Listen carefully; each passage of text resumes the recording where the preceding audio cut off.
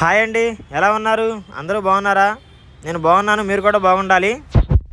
చాలామంది మన friends comment చేస్తున్నారు, అసలు మీరు పెట్టుబడి ఎంత పెడుతున్నారో, లాభం ఎంత వస్తుంది చెప్పమని. చెప్తాను ఫ్రెండ్స్, ఈరోజు ఈ వీడియోలో మీకు క్లియర్ కట్గా మీకు లాభం ఎంత వస్తుంది, పెట్టుబడి ఎంత వస్తుంది చెప్తాను. చాలామంది ఫ్రెండ్స్ కామెంట్ చేస్తున్నారు, అన్న నేను కూడా వ్యాపారం స్టార్ట్ చేద్దాం అనుకున్నాను, బాగుండిద్దా లేదా అని.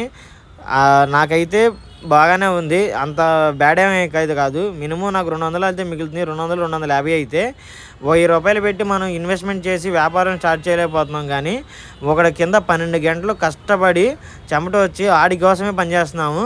ఒక్కసారి స్టార్ట్ చేయండి, స్టార్ట్ చేస్తే లాభమా నష్టం మీకే అర్థమైద్ది. దాన్ని బట్టి మీరు మూవ్ అవ్వడమా ఆపడం అనేది తెలిసిద్ది. నేను ఫస్ట్ రోజు పెట్టినప్పుడు నాకు భయంగానే ఉంది, కానీ ఇప్పుడు మాత్రం నేను అసలు ఇది డైలీ మార్నింగ్ నాకు జాబ్ ఉన్నా లేకపోయినా, నేను జాబ్ చేస్తున్నా, డ్యూటీకి వెళ్తున్నా లేకపోయినా, మార్నింగ్ 3 గంటలు మాత్రం ఇది మాత్రం ఖచ్చితంగా ఆపను. వాళ్ళు ఏమైనా అనుకుంటారామో, వీళ్ళు ఏమైనా అనుకుంటారామో, మా వాడు కూరగాయలు అమ్మితే అని ఏ భయం పెట్టుకోమాకండి.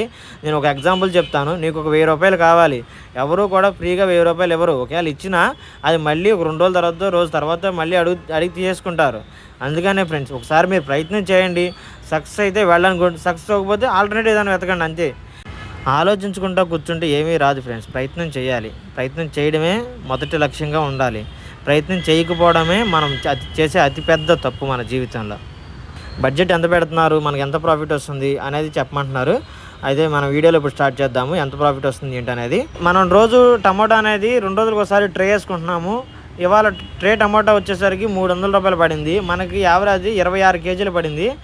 యాక్చువల్గా మనం లెక్కేసుకుంటే ₹12 అలా వచ్చింది, కానీ మనం అమ్మేది ₹25.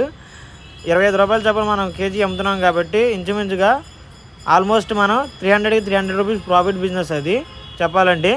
మన రోజువారీ లాగా ఈరోజు కాకరకాయ 3 కేజీలు వేసుకున్నాను.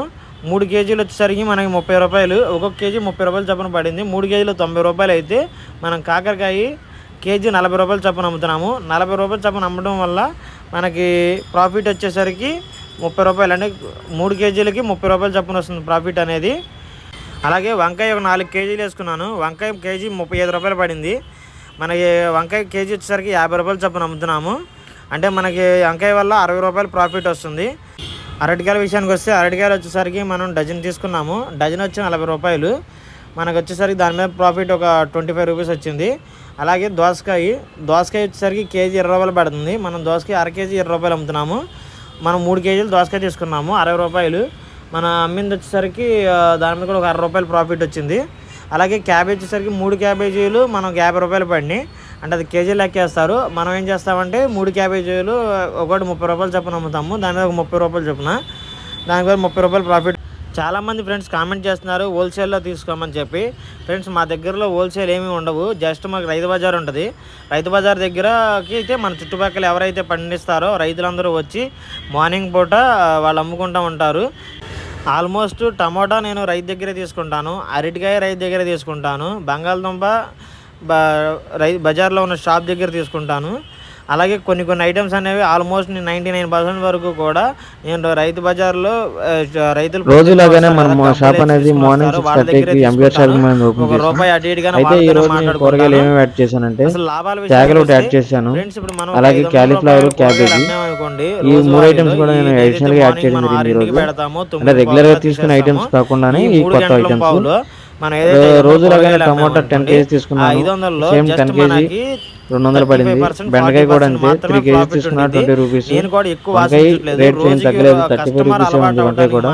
పచ్చిమిర్చి కూడా ₹35 ఉంది.